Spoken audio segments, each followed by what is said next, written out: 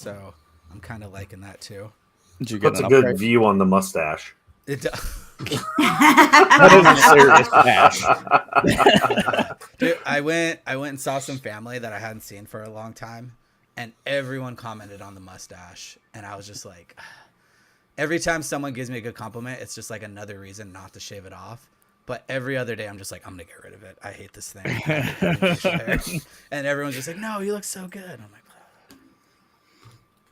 there was a thought of shaving it on stage at Way West. That was an ask. I was like, I would have done that, but Okay, do a bounty for charity, like the Mohawks con does. Clean shaven for charity. Yeah, People do it.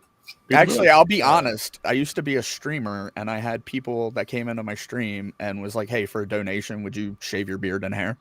When I had a beard that was like down to here and hair that Streamer? matched.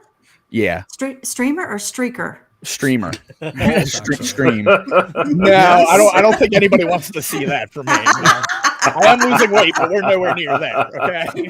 Just imagine like a streaming streaker. You wear You could get a GoPros on you as you're running, like.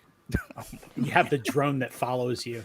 Yeah, you could get a You're just counter. like this, and the drone just. You could do a counter fundraiser for that, and be That's how we're like, gonna "Hey, open- like we're if we gonna raise open enough that money, like I will not streak on camera." And it's like, I will break into your broadcast and bring Oh, the news. what did you do to me? What did you do to me over their haircut? Hold on. I'm scared to look. no, he hasn't put anything yet. We're going straight into the quad. I shaved my head once as a when I was okay, like sophomore in okay. high school, and I was stupid and did it in the middle of winter. Never shave your head in the middle of winter. Stuff gets real cold real quick. Like I did that on swim team, and I also did a Mohawk for DEF CON, for Mohawk Con. I'm pretty sure the swim team one isn't out there, but the Mohawk Con one is out there. So Wade, it looks like you're saved because Tripto Ham is here. Listen, He's gonna triptotize us. listen. Don't ask questions. Does anyone know if John's coming? I don't. He's think in so. Costa Rica. He didn't come to the last meeting I was on, so we assume he's not. Yeah, Yeah, we were assuming no. that's fair. We are we live, thought I by was the gonna way. have to. Yeah, we're live. We thought I was gonna have to run the news. That kind of it's gonna go straight downhill real quick. Why don't we just finish each other's? Sentences. Great job. This I will was go gonna say super smooth. I was gonna say sandwiches, but Who's playing violin? Yeah. Let me send a DM. That's all. Like I live with a professional viola player or something. that was some good OSENT you just released. That's gonna. Thanks, Radis. They already knew. The people who are good at OSINT already knew.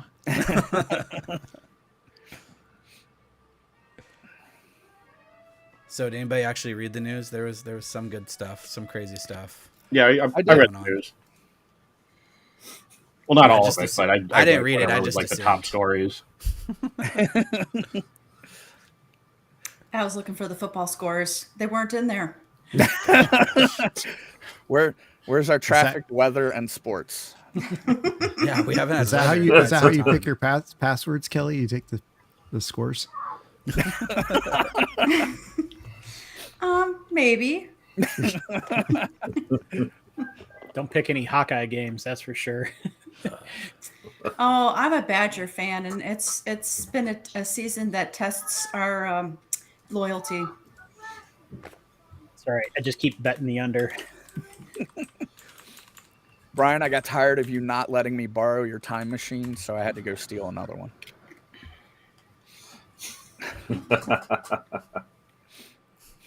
Isn't X-Wing a time machine? Okay, so not a time machine, but I got the space thing down. If I you can operate it travel. wrong. I thought you were gonna. I thought you were gonna like switch mean- it to a TARDIS right when you said that or something. And I was We- waiting for it. Give me a sec. You Hold know, my beer. there is the theory that if I fly it fast enough in the right direction, I could go back in time. But you're already. Well, you're in a galaxy in a long. Yeah, long, he already long went to a time. galaxy. Oh, I'm in a far. So by the time I Long fly time to ago. you, yeah. Time travel might have happened. We'll figure it out. Pop-Tart John is just terrible. Oh my god. Yeah, what the world? Oh, It's like I can hear him screaming. Alex, John. I'm really glad you're here today because you and I are the clean-shaven club today. Oh yeah. Well, and the mannequin. And the Clean-shaven. mannequin. Will remain our one holdout for facial hair. Yep. Is it Wade is hunting almost season? there. Is that why we got so much facial hair going on today? I can't speak for everybody else, but I know for us chubby people, it hides the rolls. I agree. Hey, I don't the care about it. mustache to look like Ted Lasso for Halloween. Great and to show. also look like Ted Lasso for the Just for everyday life. everyday life. Yeah. Just looking like Ted Lasso. It's my dream, just being happy. I'm reading a bunch of Ted Lasso-esque books, so I'm always happy and not criticizing people, trying to give them their best life, right? That type But of stuff. remember, the key point was you can't always be that way, or you go nuts. Sometimes you need a little bit of what is Gosh it like? darn What, did you actually watch the show? I just watched the trailer. Oh yeah, dude, the show was amazing. No, I agree. Show I've was also been amazing. watching that, or I watched that Severance, or no, Ooh, Severance is Shrinking. good. Shrinking is like the second version of Ted Lasso. It's like I'm you gonna have know, to the check Oh, that one guy. out. That's a good one. It Haven't came out in seen that March, one I yet. think. It's Jason Segel and a few others. Harrison Ford. Harrison Ford's in it. It's Did pretty anybody funny. did anybody wow. check out Monarch yet? No, Not I yet. haven't seen it. Oh, it's pretty good. The first 2 episodes are pretty I was good. li- I highly suggest it. I was watching Silo and I just like can't bring myself to care about it anymore. Like I watched the first few episodes and I was like, I don't care if these people live or die. I'm over it. I don't Twist care. is so good in that. it's just so hard for me to watch shows when they come out. I'm the kind of person I'm like, I gotta know what happens. So I you, just what, watch you it want to till it- binge it? Like you want Yeah. to it's bingeable? Yeah, there are very few shows that get me to watch as they come out. Dude, I missed that though. Like back in the day where you watched a show and nobody could, like, you had to watch it an episode. There wasn't reruns. Like the Right. one that always comes to mind is Lost, right? Like no one knew what was going on. In that show. Yeah, but it was none of the horrible. creators Like, knew what was going on. yeah, Yeah, that was the best part. Everyone was lost. But when you got to school the next day and you're like, oh my god, Everybody did you see finds that out. polar bear? We got to And go everyone's back, like, Kate. yeah, like Radis said, that's why everybody had VCRs. You didn't Yup. need.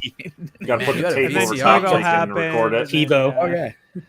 That was when I We got figured to out the- my computer could do TiVo. Did anybody else Oh, have like man. a cable capture card on their computer? That was I was spoiled at home, so Oh, we had that's that cool illegal. I stuff. could never condone that. I'm just kidding. Yeah. All right, we got 1 minute till we start this thing for real. So if you're watching us, you're like, what the hell are they talking about? Where's the news? That's because we haven't gotten there yet. We're doing pre-show.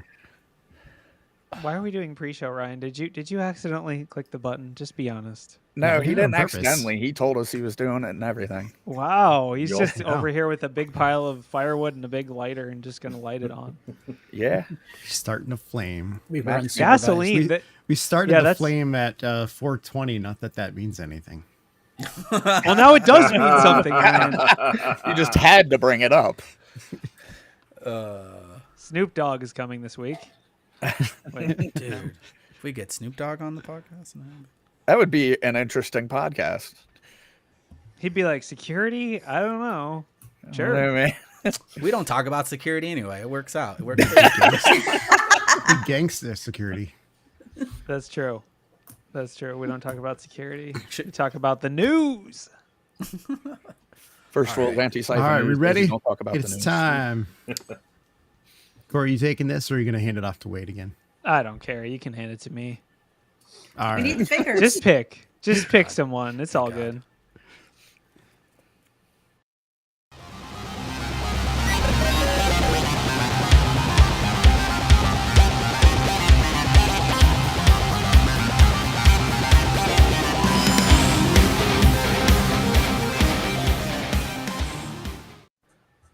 Oh, hey, welcome to InfoSec talking about the news. I'm your host, Wade Wells. We're Black Hills Information just sponsors us sitting here talking about crazy stuff for the next hour or so. Let's We got some great people here, some great news stuff. I'm not talking like a news anchor robot like I did that one day, so that's good. We have Ryan making us look pretty, as always. We got Tripto Ham. Don't be nice to Ryan after what he just did to you. Don't be nice to Ryan. It's fine. Throws I him gotta do under it the bus. eventually. We got a couple people here that don't usually show. We got the legendary haircut fish. Be careful. He'll Photoshop you into everything. We got Kelly, the alumni from my cyber threat intelligence class, my favorite. I will tell you right now, we had some excellent discussions. You moved people, gosh. James B, one of my homies, sent me a book about how to do cybersecurity consulting. I no longer want to do consulting, so let's be known. Fat Man Wills, charging at the Death Star in the X-Wing. We got Alex, who may be actually in the Death Star right now with Kylo Ren behind him. And that's Balin Skull. Know your Star Wars. that's Balin Come on. Skull now? Oh. Okay, well, Yeah. all right. We don't know where he is, but Yeah, don't know where he is. okay. So what do you guys want to talk about? What about We got Kelly? Cool stuff. You forgot Kelly. No. I said No, I I said said Kelly. Oh, wow. you said Kelly was Okay. in my Intel class. Totally I would sad call- you I up would- with I would- everything. I would She's call my this favorite. like the Discord edition of The the Discord news. edition? Oh, no, This that's is like the definitely... Discord community edition. Which, That's by the well way, if put. you're not in our Discord, that's the quickest way to make us laugh on show. Discord.gg/BHIS or something. I don't know. We love a Um, good GIF. I'll So, put the link in the okay. chat. Boom. So, I feel like, I mean, it's going to be ransomware. Let's just steer this the SE ship straight into the Suez Canal. We'll just get stuck across the middle of it. This first one is great. The ransomware SEC filing. Yeah. So for Oh, anyone yeah, that that's the doesn't, fun this one hit a lot of news. Like this hit my feed without me coming to the show, which nothing else ever does.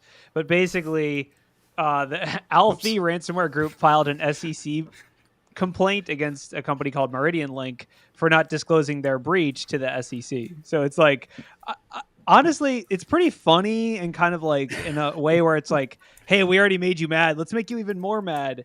But I guess my question is, what is like the motive for this? Why do this? Well, Extortion. how much does the SEC fine people? What did they say? Does anybody remember? $350.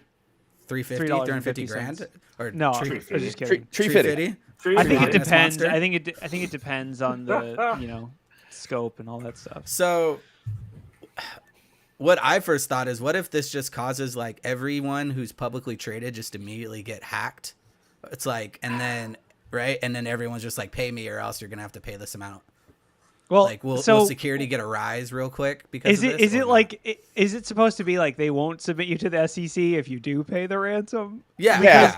Oh yeah. Is that's what it's about? It's my whole patching as a service model, right? We hack you and then we tell you you're hacked and we're going to tell the SEC, and unless you pay us, and then if we do pay us, we'll at least patch you so when we get out you won't get hacked that way. So do we think that the default defense of most of these companies, which is we didn't know we were hacked, we're still working on the details, we're investigating, like, do you think that's going to work in this case? I also noticed the SEC fine disclosure window is really short, right? It's only 4 like days. 4 days. Yeah, 4 they have days? 4 days to report it. So, That's but you still have to nothing. report breach. Kelly, do you know what it is to say like report breach? Like that's what the SEC's, but what's like their definition for it? If you know, if anyone knows, it's you. I'm still learning this myself, but basically if there is something that looks suspicious, we're sort of playing this gray area right now where we used to say, well, is it an incident? Is it a breach? Well, the SEC is getting tired of companies waiting until it says it's an actual breach. So anything that seems suspicious, and that's a big umbrella. And there's a few more specifics, but yeah, they're trying to close down that gray area between something suspicious, an incident, and a breach. They click the link. It's a breach. Yeah, really. Every time we guess a password on a customer, we're going to start reporting them to the SEC. No, I'm just kidding. I don't know. What Think is about breach? it as We a don't know. as a pen test team. Could you be like, oh, look, we saved you $350,000 because now you're not going to get fined. I like how you're sticking with that number that I just completely made. Right. It sounds like a good round number, right? For like most smaller companies, it's a decent chunk of change. The bigger corporations, not going to matter. But All I know, what I know about the SEC, I mostly know from watching the documentary about Bernie Madoff, which is that as long as you look like you're fine, they don't care. They'll just let you off the hook.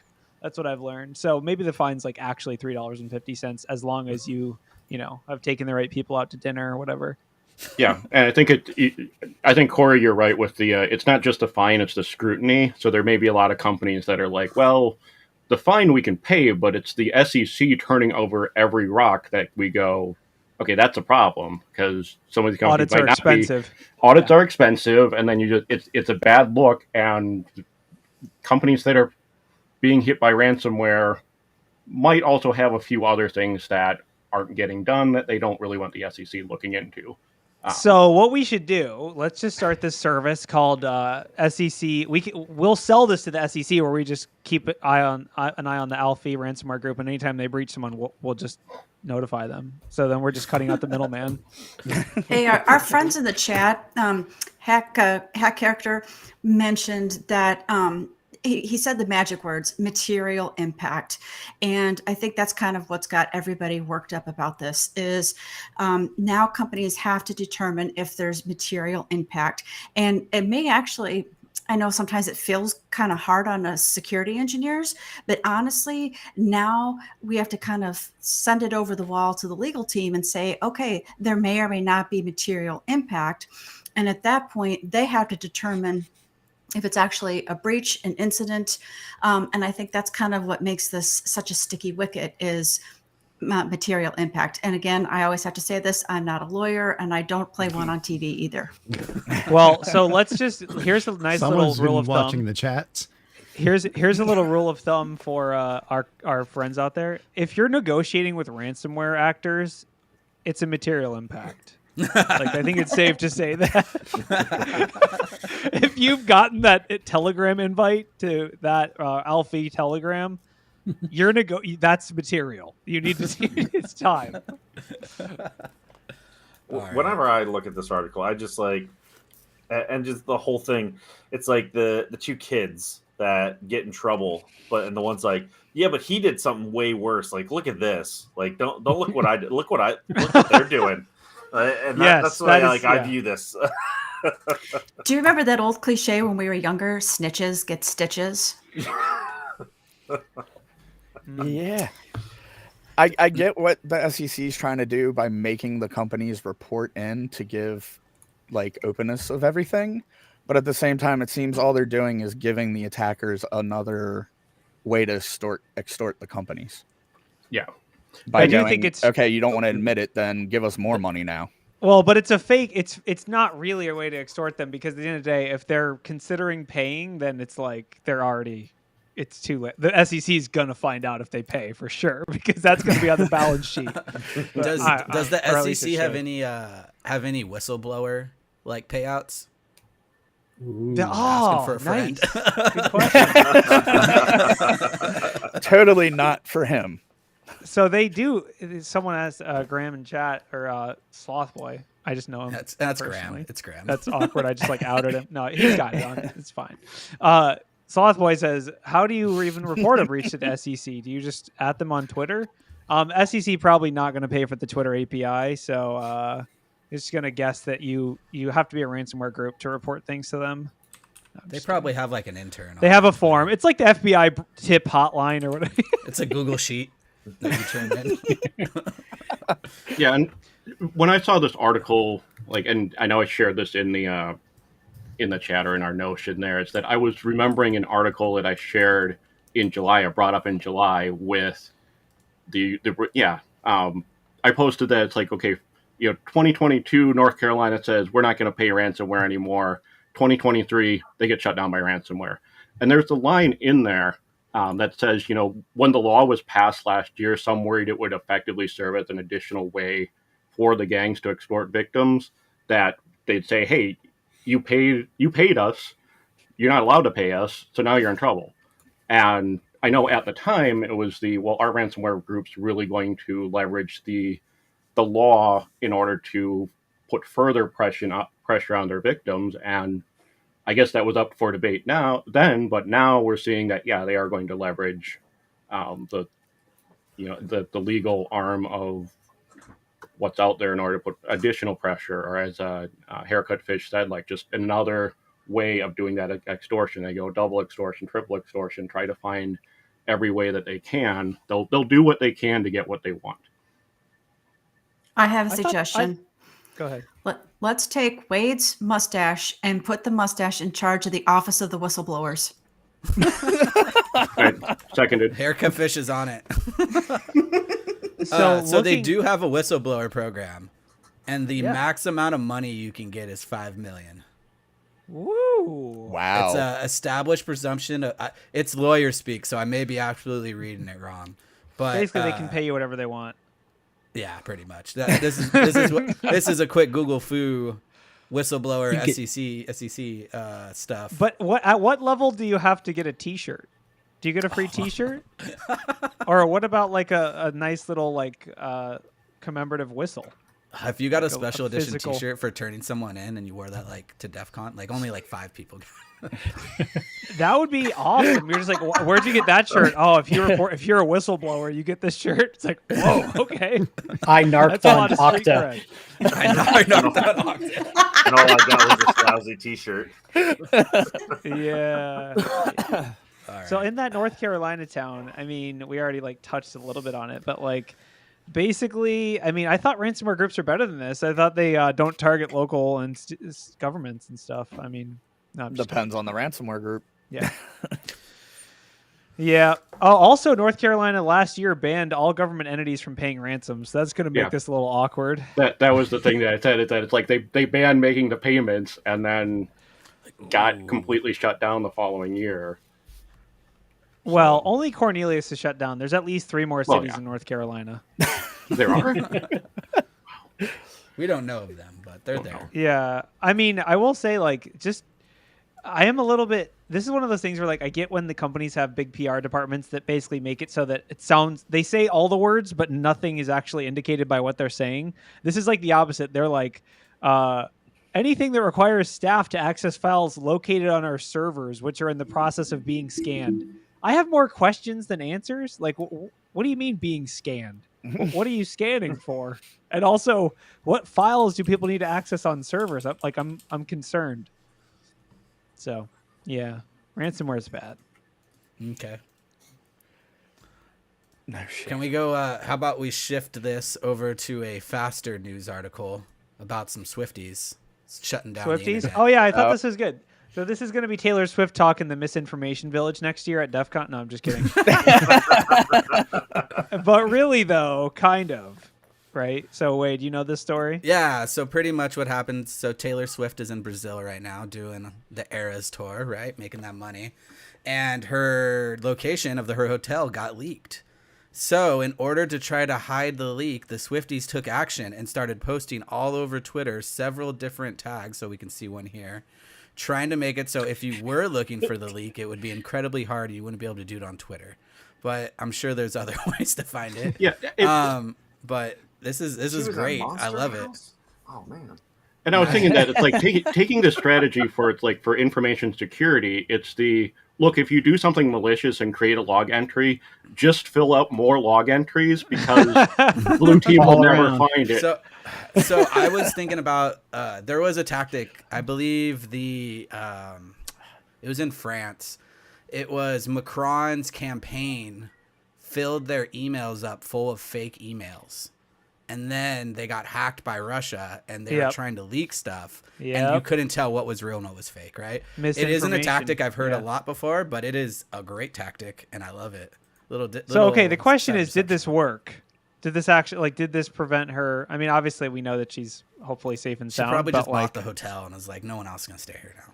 Yeah, it should be called the Billionaires Tour, not the Arrows. But anyway, yeah, I feel like this is an interesting tactic, though. I guess I'm kind of like, what they're trying to prevent people from searching for Taylor Swift location. I guess. Yeah, it'll get the low level stuff, but if you start time binding it and going, okay, well let's just go back to the first instances of it from the 18th.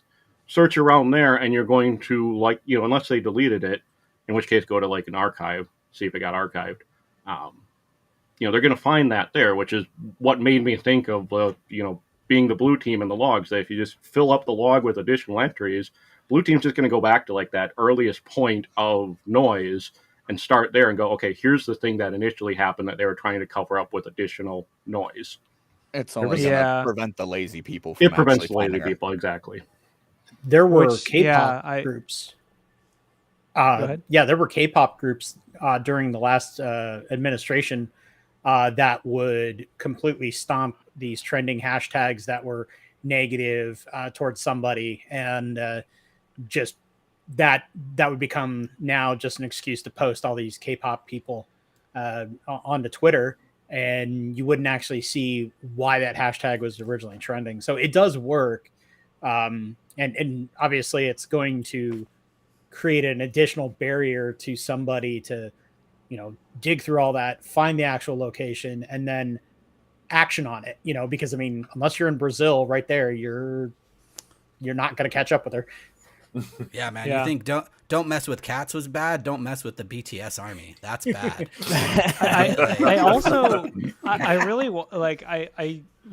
I guess how do you get this ravenous of fans in your support, or is it all just do you just have a botnet, like a I Twitter just really botnet? hope we never know. I'd rather not know that. Could you imagine? Have you seen Taylor Swift fans? It's a good possibility they're just all that obsessed and jumped all over it. True. Certainly shot up NFL interest and jersey sales and stuff. That's a good point. I think what we're saying is we need to release a Christmas album of all of the BHIS greatest hits. And then maybe we can get ravenous fans.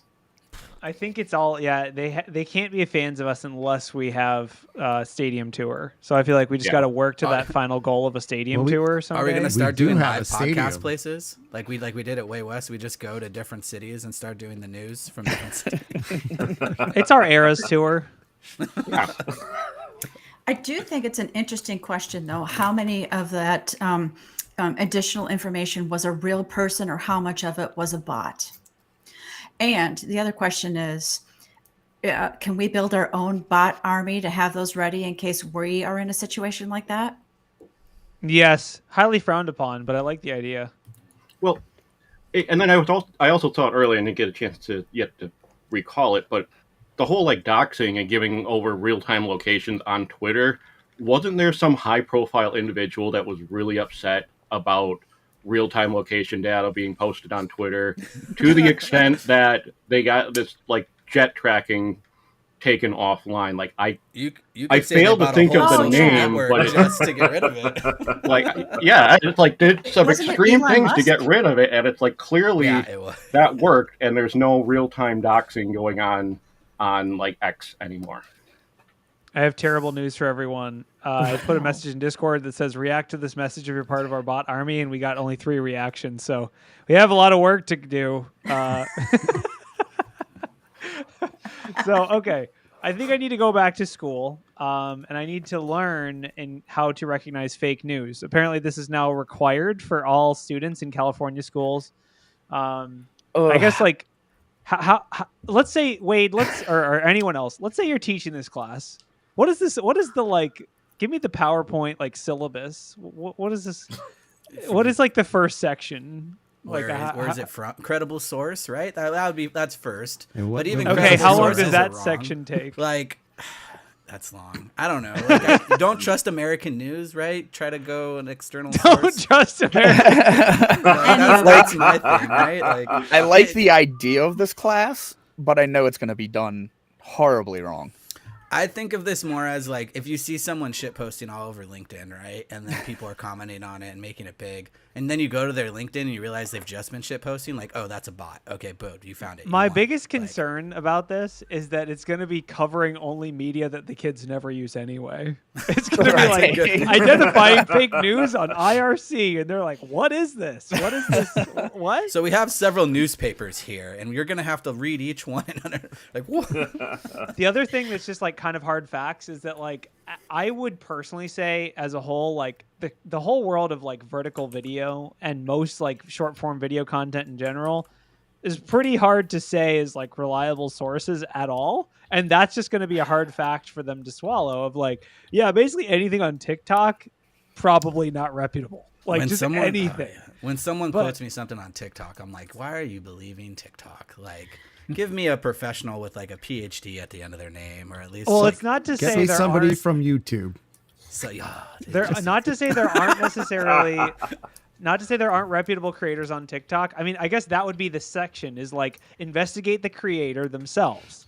What are their interests? What are their, like, honestly, you know how we have like for election, like for politicians, we have like transparency reporting data on like who lobbies for them, where do they get their funding, like all this stuff. We might need to start doing that for YouTubers. It's like, this guy, don't trust him. He gets paid by, this entity, like trying to uncover that kind of stuff, because I feel like that's really where it's going, is who's taking the biggest payout to say whatever opinion, that's where it's going, right? This class would have done a lot better if it was just like how to identify biases and how to like not just in yourself but in others. Is there a right? class that does that? There. I don't know, but there's a lot of good resources out there, and I think once you usually can do that and try to see where they're trying to push you towards, right? And that's probably where this class is going. Does it say how old the students are going to be? K through 12? K through 12. Like, Yeah, K through that's a 12. I was big thinking like range, it reaches all the way down to like K. It says it's And not I going to have- be a. Oh, I'm sorry. Oh, it's like I have, like it was one of my kids that's in kindergarten. They said that was one of the new things they're doing, is the distinction between fiction and nonfiction.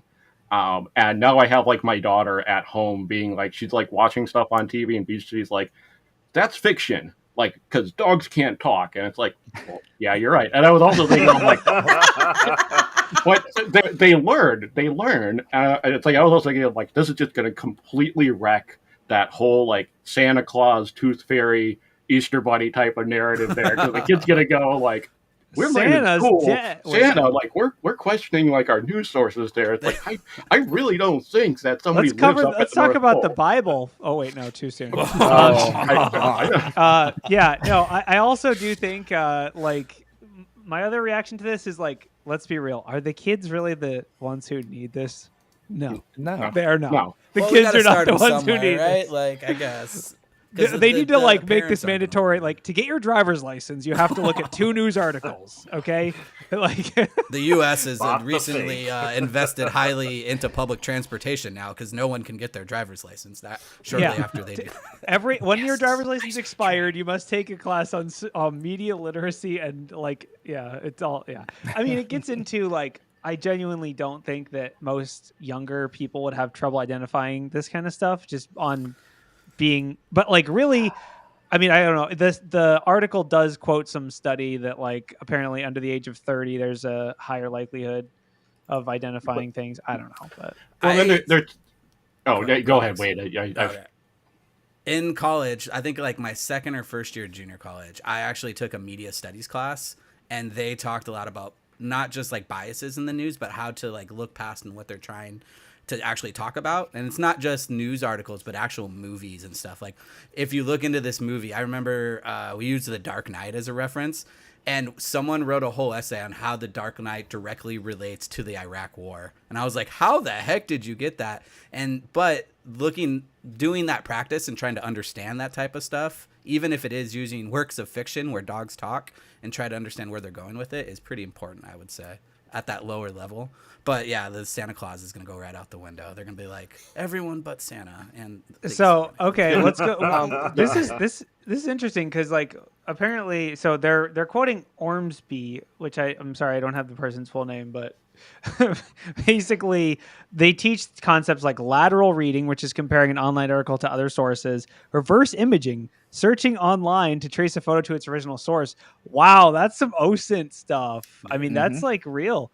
Lesson plans and things. I think that like, so the other example they give is like they were students during COVID, but I guess students were presented with 3 articles, a tabloid, New York Post article, and a scientific article. And they were asked to choose which is the most reputable. And they chose the New York Post article 90% of the time. Like, oh God.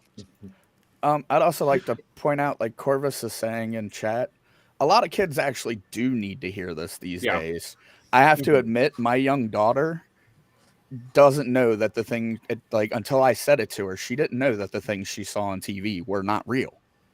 Right. She thought all that stuff was actually real. So we think it's common sense at this point, but it kind of isn't. unfortunately. And I think it is actually important that kids become aware of, hey, there are people that are going to lie to you on a regular basis out there. Yeah, I think one of the kind of big need to question. Yeah, I completely agree with you. Like with my oldest daughter, like I'm always talking to her about like different things she sees on YouTube or whatever, but they speak with such like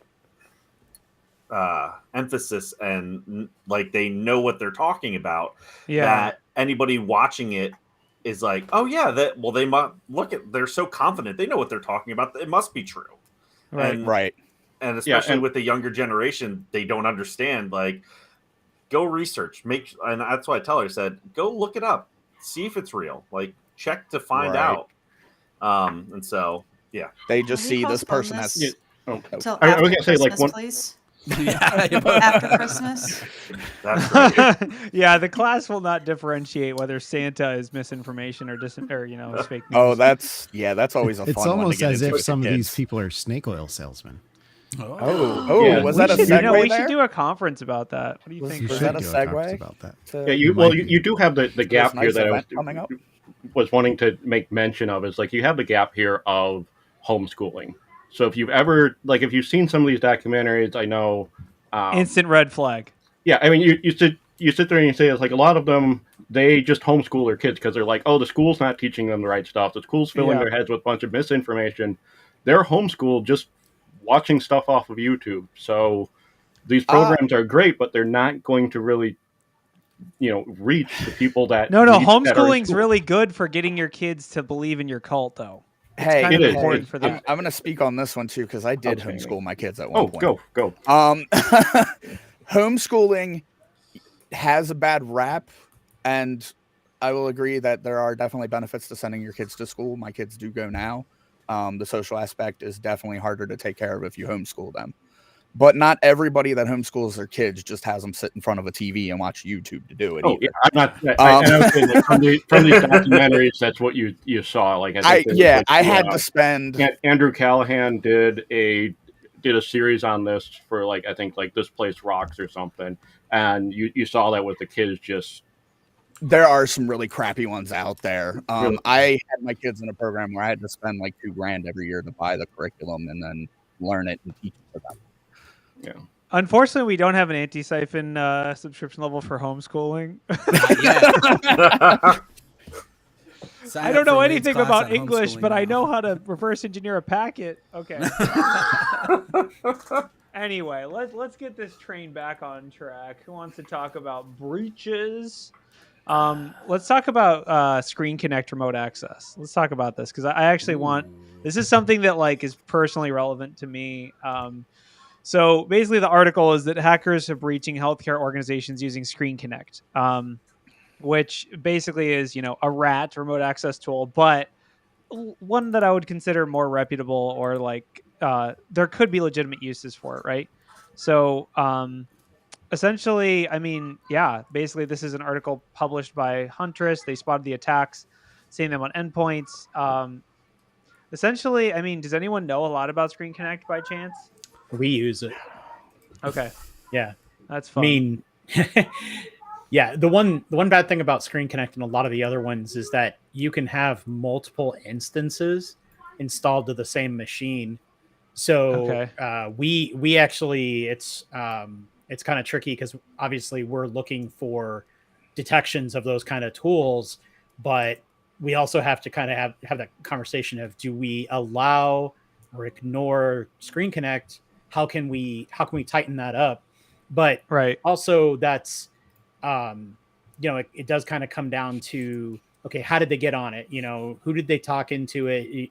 There's the human element, because it's not like they're just dropping the agent on a endpoint and boom, you're hacked. It's, hey, I need you to go to this website for me. Hey, I need you to type in this code, and now I'll fix your computer or whatever they're working on. So the one interesting thing about this attack in particular is that they're actually using the product as licensed by another company that they compromised, right? So it's like instead of going out and like purchasing the product for themselves because KYC and money and all that stuff, they took over a company's ScreenConnect instance and then they're deploying it maliciously, but it looks legitimate because, or I guess it looks semi-legitimate because it's related to one of their potential business partners. So I guess like the reason it's relevant to me is because on a tactical level, this is what threat actors or advanced threat actors are using now more than ever. They're using these like living off the land style, legitimate things that would blend in that don't really fit into the category of like Shellcode or C2 or those kinds of things. And potentially could lead to long-term persistence because companies don't scan all the servers for malware. Okay, we're good. Turns out the ScreenConnect, the tool that you thought you were supposed to have, is the actual malware. And this is actually, we've seen this go as far as being using EDRs as like persistence mechanisms, like having malicious either creating API keys in EDRs and using them to run commands or do whatever, or just being in the console running commands on every system, even air gapped, or I guess whatever, not air gapped, but out of band systems you can't access, you could just run commands on them, right? So AnyDesk is the beginning, but there is the recent Cyber WarCon is a good threat intel conference if anyone's looking. It just recently happened though, and one of their big subjects was the use of lay of the land tools and tactics, right? And how that's growing bigger and bigger. And as a detection engineer, that stuff's usually pretty hard to detect. You have to know your internal, like your internal team and the tools they're using very well. And like you're saying, if they were actively using ScreenConnect, there's no way you're gonna know what's the difference between a false positive and a true positive with that. So you really have to shore up and maybe block all the connections to the other ones if you can, or periodically scan. If you don't have some type of application whitelisting for any of those tools, right? But I gotta step in here, guys. If you look at the bottom of the article, it's an unmanaged on-prem device. ConnectWise weighed in on the article, so I appreciate the technical details we're talking about here, but we also have to look at cyber hygiene, and the healthcare organization wasn't practicing good cyber hygiene. That's a good point. That's almost required in most healthcare environments, though. Like, I mean, not necessarily practicing bad hygiene, but like having unmanaged devices. You're not going to put EDR on your like MRI machine and void the warranty. It's like $10 million or whatever. I don't know, right? I think the bad part is more it hasn't been updated in 4 years part. Well, that voids the warranty too. That's the thing. These healthcare people are stuck, and like if you update the MRI machine and it breaks it, then that's on you. Like you just voided the warranty. Oof. So I mean, that's like a tricky thing where like they're stuck these in a defenses. catch-22.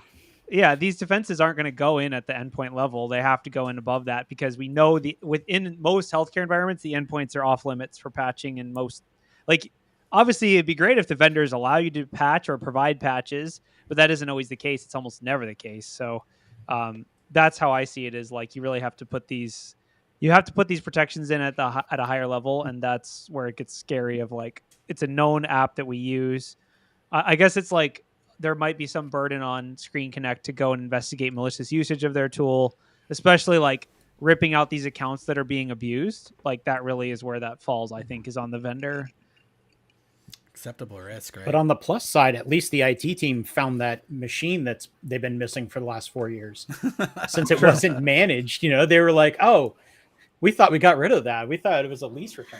But Corey, you're exactly right. There is a balance there because you're right. They're not going to be patching machines that are in surgical theater, but the organization I would like to see. Look at more compensating controls. Maybe it's the surgical theater is off the network or it's on a different network. I mean, we don't know the whole story here. And perhaps the organization did have compensating controls. Maybe they didn't. But I would at least like to know that machine is on a risk register or is part of some risk management process at the organization as a whole. For sure. I mean, it's also supply chain, right? Like if this machine is managed by transaction data systems or whatever, and they get compromised, you have to now assume that all those systems across all their customers are compromised. So, I mean, it's basically, I think it's not necessary. I mean, not that I'm not saying it's not interesting, but it's I think more interesting to look at this as a way that attackers are shifting their tactics more than like specific things that the company victim could have done to prevent it. It's more just like, this is what attackers are doing now. They're going in, they're trying to compromise companies that would have like the MSSs fall into this group of like companies that would have legitimate access to lots of other companies through channels that they might not be monitoring. That's why all the MSSs are terrified of this exact attack. So, I don't know. It's just an interesting tactical shift of like, now we're not going to go after individual companies. We're going to go after companies that manage other companies and then go after everything they have. So basically, don't trust that vendor device in your network, I guess, is the never the story. Never. Don't trust anyone. Ever. DTA. Does anyone have any articles they want to bring to the table? There was one about Ngrok and WinRAR. Is that how you say it? Ngork? The Organ Man. Ngrok. It's not. It's an okay one, just because I've like written like detections for it, so I like profiled the shit out of Ngrok, and I'm like, wait a sec, I can just block this at the firewall, and I'm like, all right, I'm good. Wait. Oh, you mean Ngrok? You're talking about Ngrok. Ngrok, Ngrok. I don't know. Like that's. No. It's the French interpretation. Ngrok.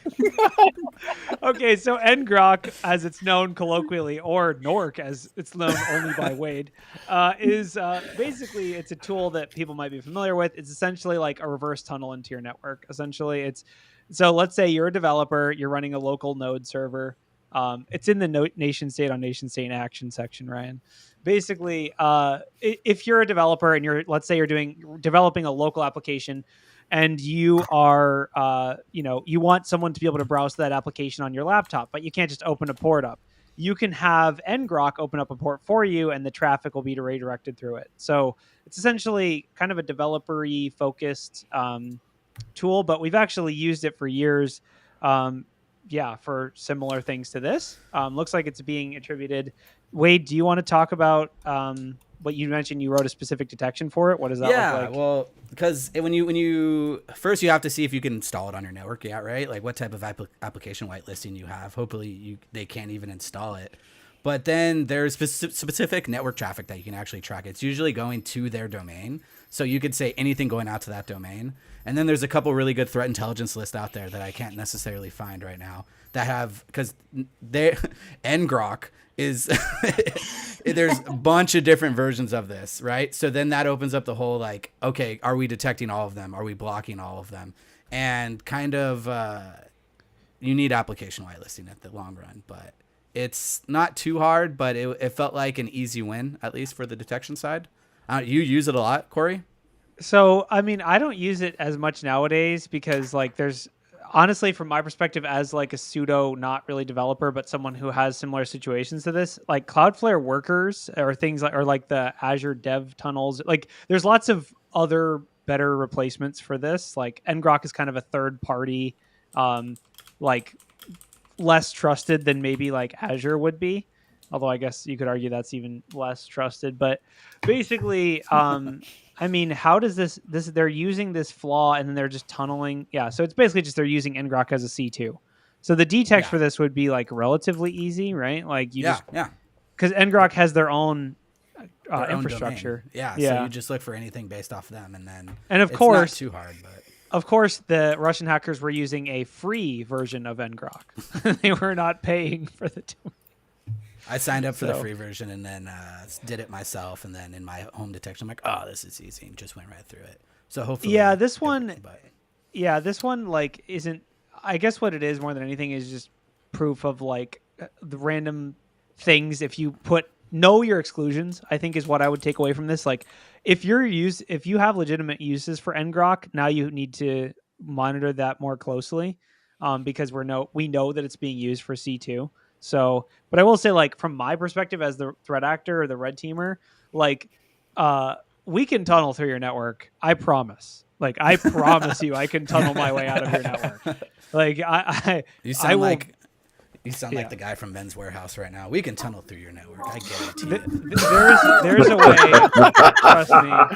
Like there is a way. So I see this as more like an interesting thing to talk about, but also like defense in depth, right? Like you can't block all the tunnels. It's not going to happen. No, you can't block all the tunnels. It's a low level win if you're doing some type of defensive work that isn't a hard lift.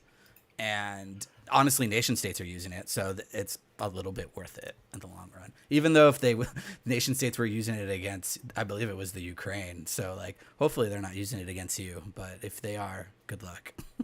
Let's talk about some botnets getting nuked. Didn't the FBI take down some botnets? Yeah, there's a couple of them, right? Or is there just? It was just a really big one that they were talking about. Just the IPStorm botnet. Yeah. Or IPStorm? I don't know. I'm assuming. Or IPS. IPStorm sounded good. IPStorm?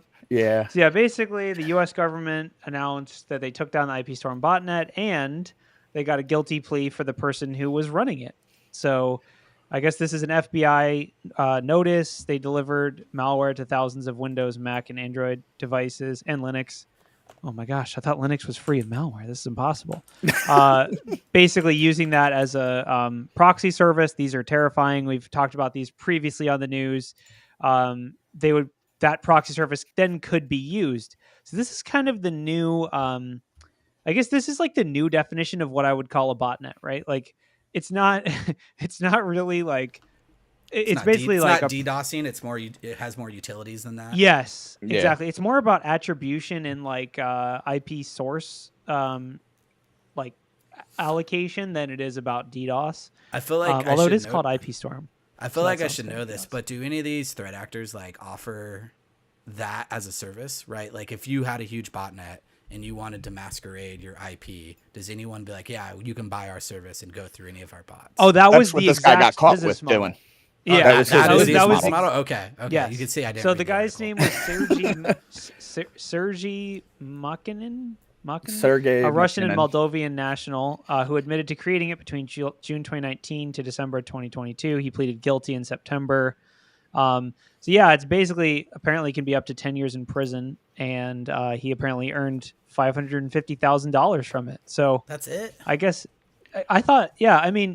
he said he made at least that, and he has to give up, as part of the deal and pleading guilty, he has to give up all his Bitcoin he got from it also. Ooh, Would he make more as an SEC whistleblower, though?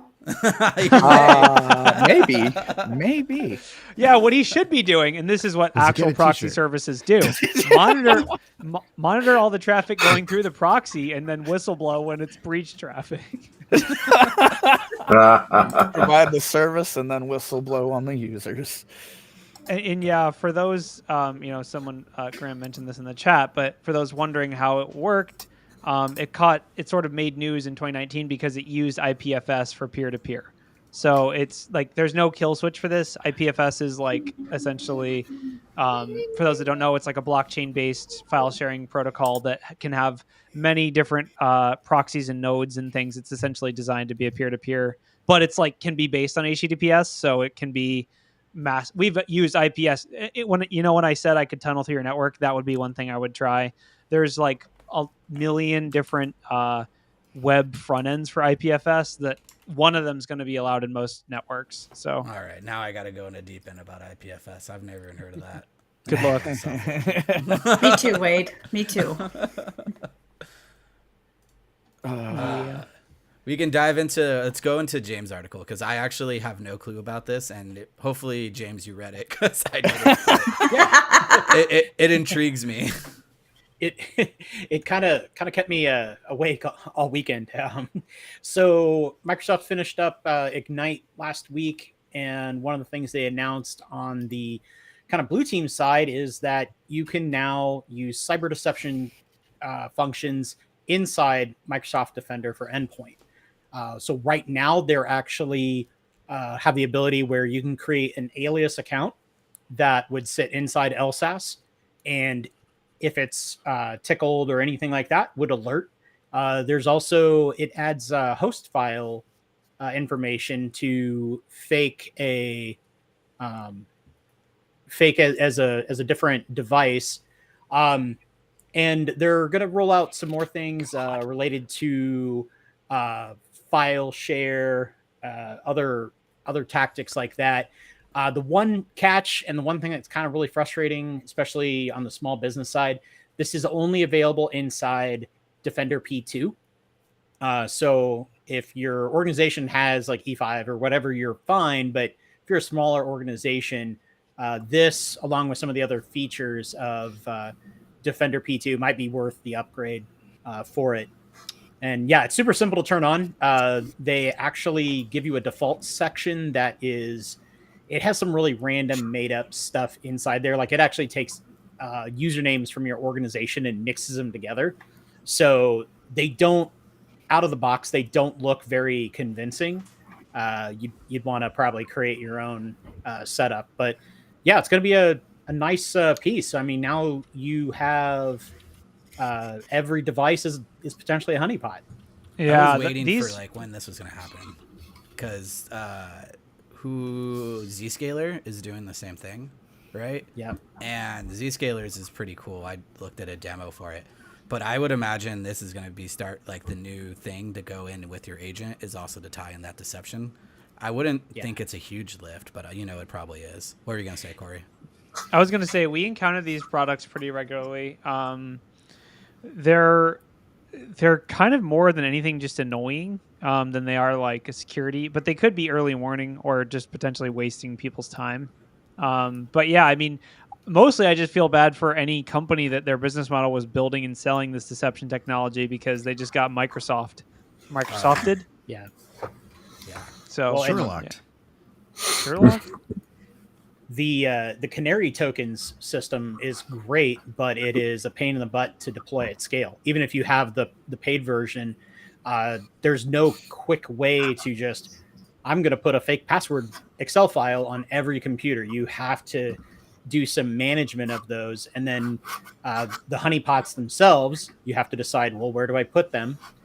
So now if you have machines that are, work from home or remote users, they're bringing the honeypot with them at the same time. So that Gomer that's sitting there logging in with the into the Starbucks Wi-Fi, maybe somebody will trip the alert from that. How many people are going to trip the alert on their own because they're looking for their own passwords? .xlsx. Dude, I had a couple Canary tokens up in like shared drives, and all of a sudden like one started going off.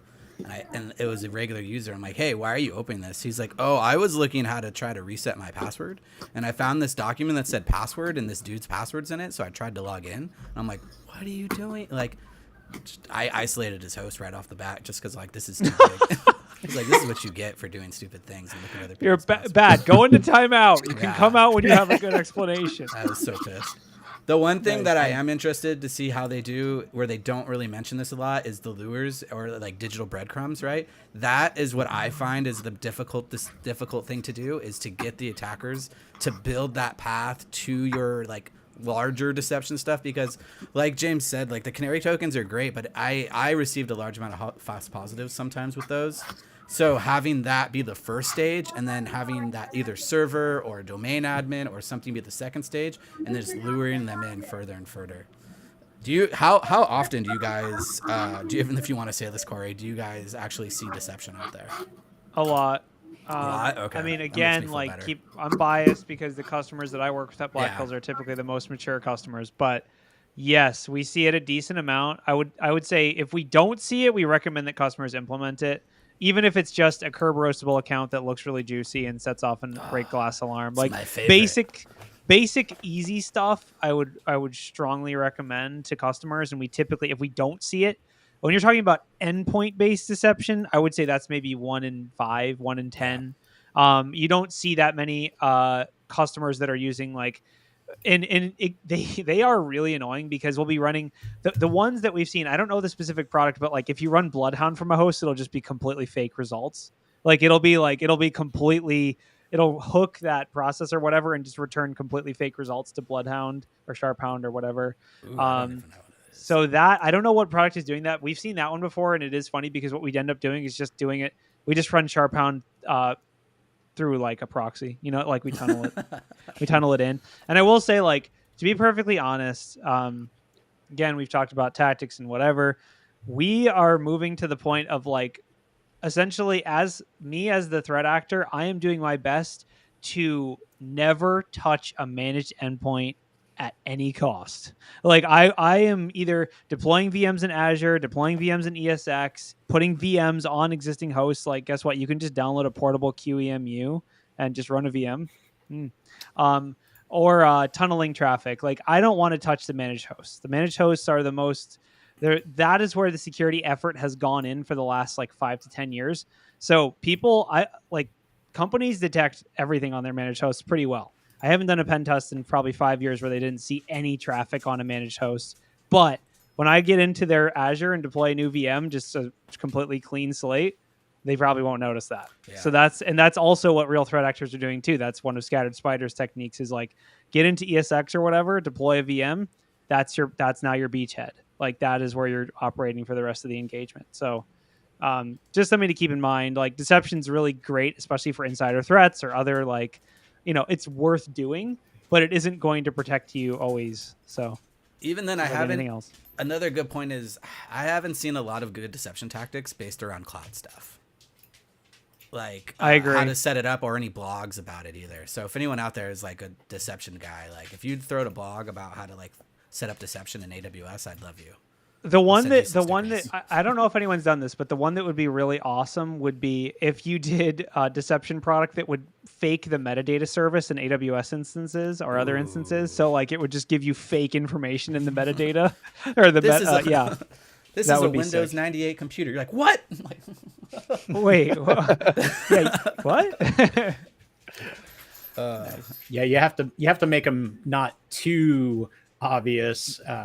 But there are some, especially the paid versions, where the advantage to those is you can change the characteristics of that honeypot pretty quickly. We did a exercise with a National Guard unit, and they kept scanning the IP, and then we would change its personality, and they'd come back and scan it, and then maybe. This time they were like, "Oh, hey, it looks like HVAC. Why would HVAC be in the DMZ? I don't know, but I'm going to try to run some weird exploits." And then nothing happens, and then they come back around like, "Wait, wasn't this our IP?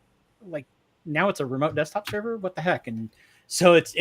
I mean, if you could sit there and mash on the buttons and keep them busy, that's that kind of goes into that annoy and attribute type. Tactics that you want to employ against the threat actor. Yeah, for sure. It's anything that's integrated into Microsoft products. We generally see a lot of benefits for our customers, because it's where everyone's at. Everyone has some Microsoft licensing, whether or not they use, everything to its fullest potential. Maybe they don't, but most people do have some Microsoft licensing. So I do think it'd be nice if they rolled this out to lower tiers for sure.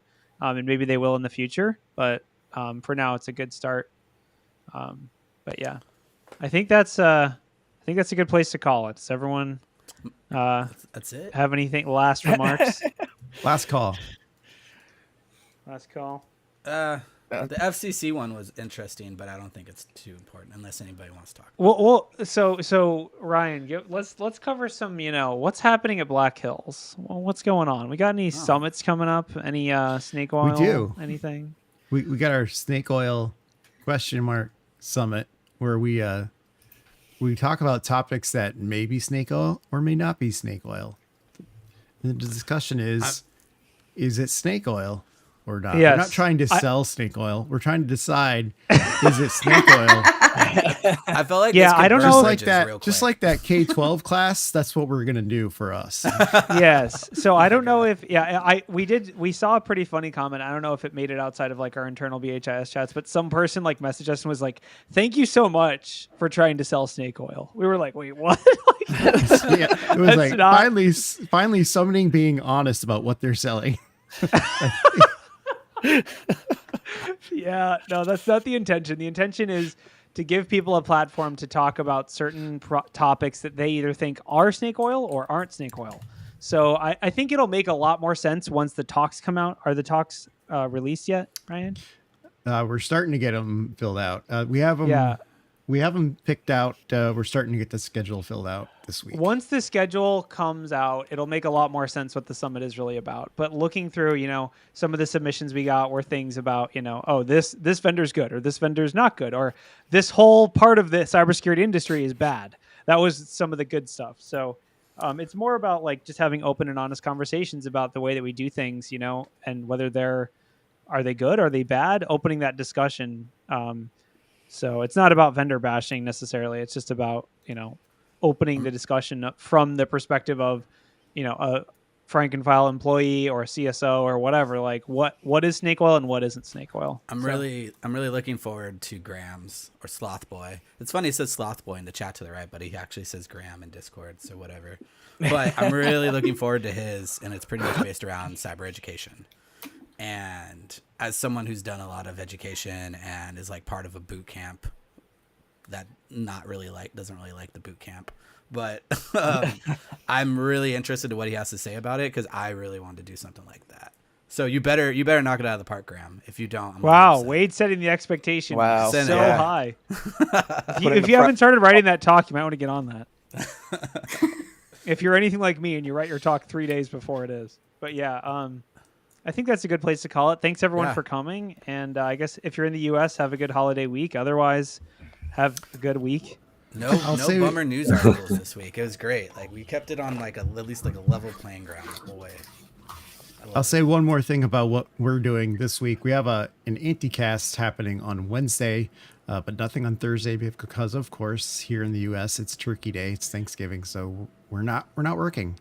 But so if you want to check out a webcast from us, we have one on Wednesday, and I'll put that link in the chat as well. All right. And with thanks that, everyone. See you Happy next Thanksgiving. week. Yes, happy Thanksgiving. Gobble, gobble, gobble.